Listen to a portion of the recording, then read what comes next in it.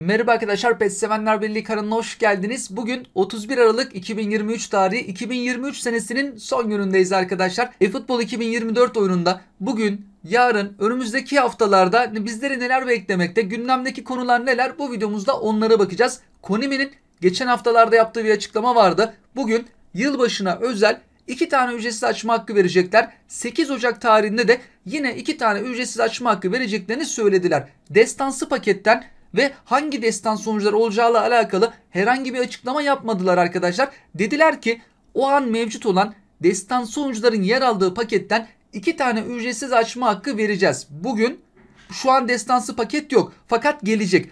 Türkiye saatiyle 15.00 diyor, UTC yazdığında artı 3 ekliyorduk. Türkiye saatiyle 18.00'da destansı paket gelecek ve oradan 2 tane açma hakkımız var. Fakat şöyle bir durum var arkadaşlar. Garanti destansı çıkar diyemeyiz. 3 tane destansı oyuncu, renkli kartlar ve normal kartlar. 150 futbolculu paket büyük ihtimalle gelebilir. Şanslıysak 2 tane açma hakkına belki epik, belki renkli kart futbolcu çıkarırız. Ben öyle düşünüyorum. Paketle alakalı herhangi bir bilgi paylaşmadılar. Geçen sene epikler içerisinden full epik olan bir paket vardı. Bir tane açma hakkı veriyorlardı. Rastgele birini kadromuza katıyorduk. Fakat Konami bu sefer öyle bir hediye açıklamadı. Dedi ki 2 farklı tarihte 2'şer tane epik paketten açma hakkı vereceğim ama full epik falan denmedi. O an var olan destansı paketten vereceğiz dedi. Peki şimdi gelecek oyuncularla alakalı böyle bir açıklama yapıldı arkadaşlar. 1 Ocak tarihinde İspanya Ligi epikleri ve renkli kartları gelecek. Epik paket tabi 150 oyuncu, çoğu normal kart, 3 yıldızlı futbolcu. Renkli kartlara baktığımızda tabi bunlar da yüksek seviyeli.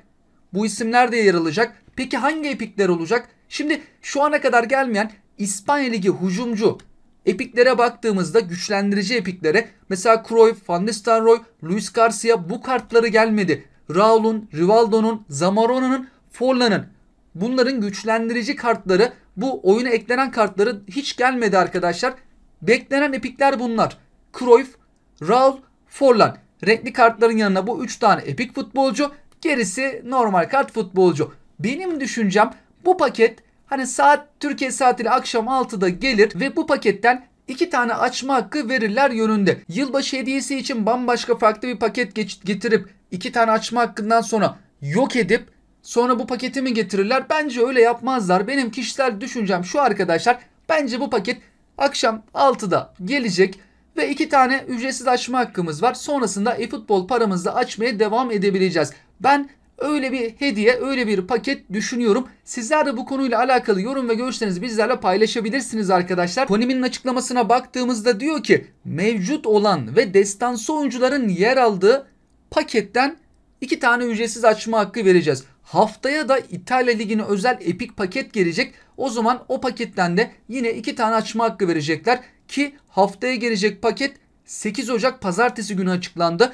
Peki neden bu akşam 18.00? Niye 18.00 diye baktığımızda şundan dolayı arkadaşlar. Japonya'da saat bize göre 6 saat ileride. Bizde akşam 6 olduğunda Japonlarda 00:00. Onlar yılbaşına giriyor. Bize göre akşam 6, onlara göre artık 1 Ocak geçiş tarihi.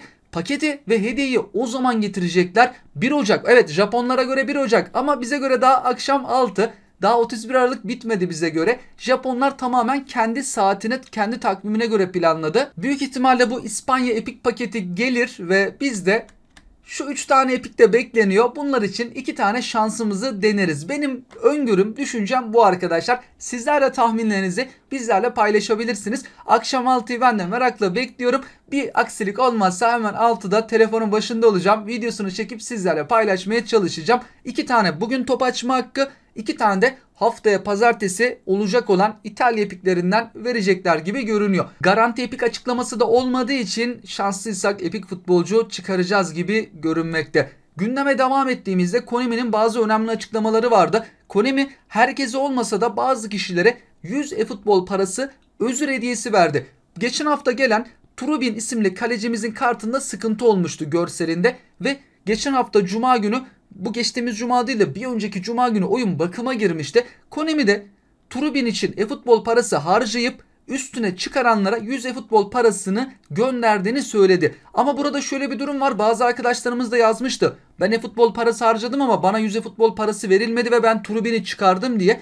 Konami diyor ki Perşembe günü paket geldiğinde açılım yapanlara verilecek. Cuma bakımdan sonra eğer Tribün'i çıkardıysanız zaten fotoğrafı düzeldi, hediye vermeyeceğim diyor. Perşembe günü paket geldi. O gün e-futbol parasıyla Tribün'i çıkardıysak anca o zaman 100 e-futbol parasını iade ediyorlarmış. Tribün'i çıkaran arkadaşlar için de bu bilgiyi vermek istedim. Gündeme devam ettiğimizde oyunda Cruyff'la alakalı bir mesaj var ama çok da önemli bir şey değil arkadaşlar. Sadece menajer Cruyff vardı, teknik direktör. Daha önceden belki paketini almış olabiliriz. İsmini değiştirmişler. Herhangi bir özelliklerinde, yeteneklerinde bir değişim yok. Johan Cruyff'un teknik direktör olanın sadece ismini değiştirmişler. Bir de Neymar etkinliği gol oldu da ilk turda verilen Neymar'ın süresini uzattılar. Bir anda süreyi kısaltmışlardı ama uzun süreli, artık bu önümüzdeki aylarda açılacak hesaplar bile ilk turda Neymar'ı alabilir. Belki birkaç ay sonra yedek hesap açmak istediniz ya da oyuna yeniden başlamak istediniz. Bu Neymar'ı uzun bir süre yine veriyorlar arkadaşlar. Perşembe gününün sürpriz gelişmelerinden birisi de şu oldu ki arkadaşlar, şu an ilerleme puanlarını sıfırlamayı 0 GP ile herhangi bir GP harcamadan yapabiliyoruz. Eskiden de böyleydi, sonra GP'ye dönüştürdüler ama diyor ki Konami 11 Şubat tarihine kadar ilerleme puanlarını herhangi bir GP vermeden yapabilirsiniz. Bir de Messi gol kampanyası ile alakalı Konami'nin açıklamaları vardı. Şu an bize verilmeyen hediyeler var.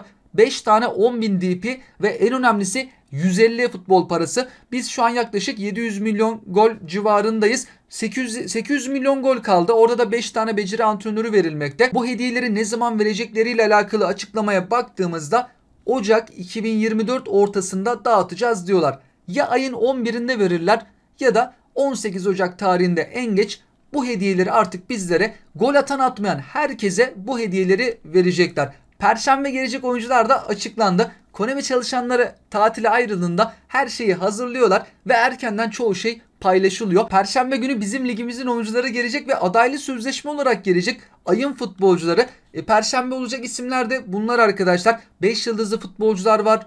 4 yıldızlı, 3 yıldızlı futbolcular da bulunuyor. Geçtiğimiz perşembe günü tek tek oyunculara bakmıştık, incelemiştik. Ondan dolayı ben şimdilik hızlı geçeyim. Adaylı sözleşmelerimizin son kullanma süresine daha varsa perşembe gelecek paketleri de bekleyebilirsiniz. Sadece bizim ligimize özel paket değil, bir de yüksek seviyeli oyuncuların yer aldığı ayrıca bir paket daha gelecek. Oyundaki etkinliklere baktığımızda şu an 4 tane etkinlikten 50'şer futbol parası kazanılmakta arkadaşlar. Eğer oynamadıysanız şu an bunlardan 50'şer futbol parası toplayarak 200 futbol parası kazanabiliyoruz. Ayrıca bu hafta gelen Player of the Week paketinden de 2 tane ücretsiz açma hakkı veriliyor ve özellikle de oyuna yeni başlayan arkadaşlarımız bana verilmediği yönünde yorumlar yazmakta. Etkinlikleri oynayarak bunları alabiliyoruz. Şu an oyunda yer alan Japon tur etkinliği, Meksika tur etkinliğinde 3000 etkinlik puanına geldiğimizde Player of the Week ücretsiz açma haklarını alabilmekteyiz. 2 tane ücretsiz açma hakkı var. İnşallah istediğimiz futbolculara çıkarmışızdır. Oynamayan, tamamlamayan arkadaşlarımız da tamamlayabilir. Perşembeye kadar da süreleri bulunmakta. Perşembe günü bu adaylı sözleşmelerin süresi bitecek arkadaşlar. Yeni adaylı sözleşmeler gelecek. Bizim ligimiz açıklandı. Bir de bu futbolcular var. Tabi burada çok yüksek seviyeli isimler de var. Griezmann, Rice. En yüksek seviyeye çıkacak 2 tane futbolcu. Şimdi arkadaşlar burada 10 tane isim paylaşıldı. Bu 10 isimden 2 tanesini maç biletine ekleyecek Konami. Kroos var, Griezmann var, Rice var. Önemli futbolcular. Seviyeleri biraz daha yüksek olacak diğerlerine göre. 8 tanesini de adaylı sözleşmeye getiriyorlar. 2 tanesini maç biletine. Hangileri maç biletine eklenecek o açıklanmadı. Genelde maç biletine 93 seviyeli, çok yüksek olmayan isimleri ekliyorlar. Rice'la Griezmann'ı adaylı sözleşmede görürüz gibi görünmekte. eFootball Ligi'nde de şu anki aşama perşembe günü sona erecek arkadaşlar.